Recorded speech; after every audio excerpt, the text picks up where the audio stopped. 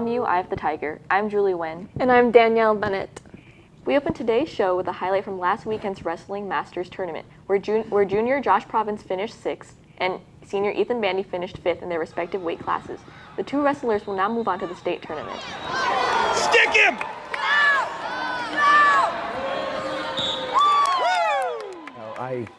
I'm like a proud father almost. It's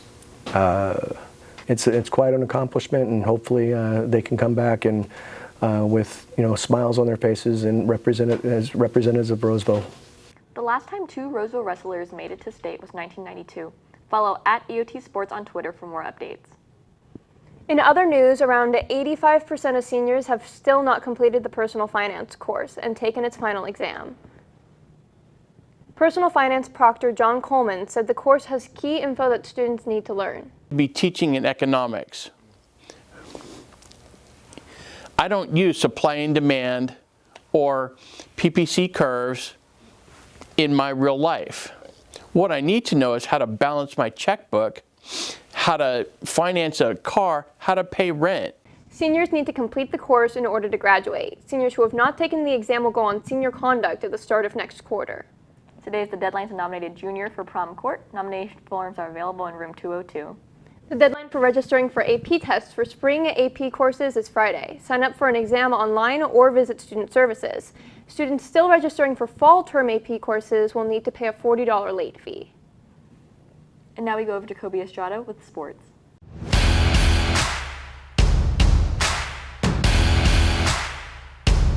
Good morning and welcome to this Tuesday's edition of EOTSN. I'm Kobe Estrada. Last Friday, the boys and girls soccer teams got together for an end-of-the-season scrimmage after their early playoff losses. We go to Jackson Hooker with more on the story. Last Friday, the girls varsity soccer team scrimmaged the boys varsity soccer team following playoff losses earlier in the week.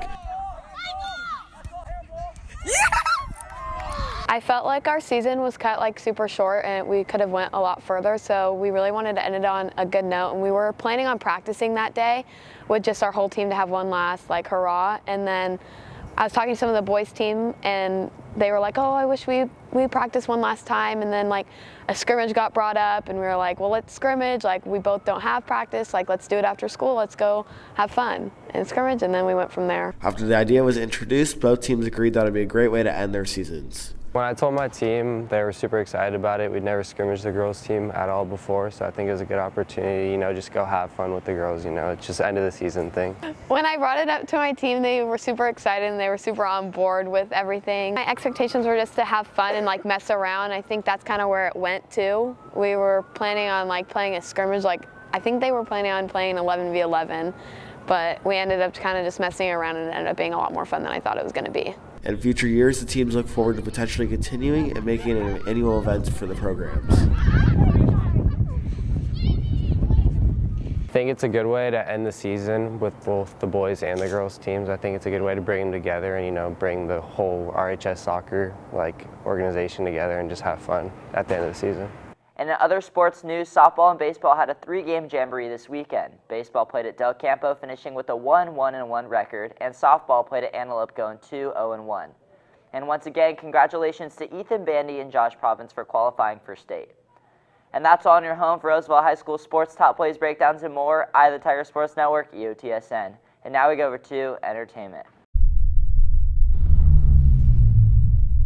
Thanks, Kobe. It is the start of a new year and gamers are looking forward to new releases, playing current games, or going back to older ones. Among some of these older games is Star Wars Battlefront 2, an EA title from 2017 that everyone thought was going to go down as one of the worst Star Wars games ever made. But somehow, the game has made one of the biggest comebacks in history. The game had a bunch of hype leading up to release, but the launch was an absolute disaster and a lot of the player base left because of the aggressive microtransactions and tedious grinding. Although it took a while for the devs to fix the game, it brought us where we are today, where the game is in a great state with a happy community, something current games don't seem to have. It doesn't matter which trilogy is your favorite because you have heroes, villains, and locations from every trilogy. Are you an original trilogy guy? Play as Darth Vader or Luke Skywalker on the snowy planet of Hoth. Use Obi-Wan Kenobi against Darth Maul on Naboo, or fight it out with Kylo Ren against Rey on Starkiller Base. Even if you're a casual or sweaty player, the big three modes, Supremacy, Galactic Assault, and Co-op fit every playstyle, along with Heroes vs. Villains. Get out of here!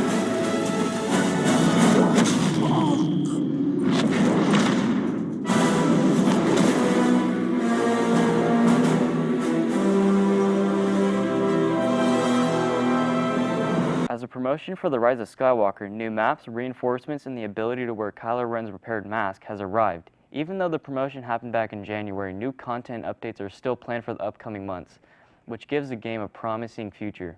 I highly recommend you pick up Battlefront 2 for yourself, and if you're interested, it'll only cost you $20 on all platforms. And now we go back to news. Thanks, Jacob. Students combine picket signs and passion to create an environment of advocacy and change. Roseville's Black Student Union has taken their activism to the streets through marches and rallies. Senior Amy Shepru feels that it's necessary to combat bigotry in any way you can. It's important that we fight against, prejudice and things like that, because I'm a person of color. A lot of my friends are people of color, and it's just the things that we face from day to day. Like it's something that shouldn't happen. Yeah. So it's important that we fight against these things so that even our future, the future generation doesn't have to. So Sophomore Monty Grace appreciates the chance these rallies have given her to take a stand. I really enjoy doing marches and I care about it a lot. So I really am proud to be representing my community and my school.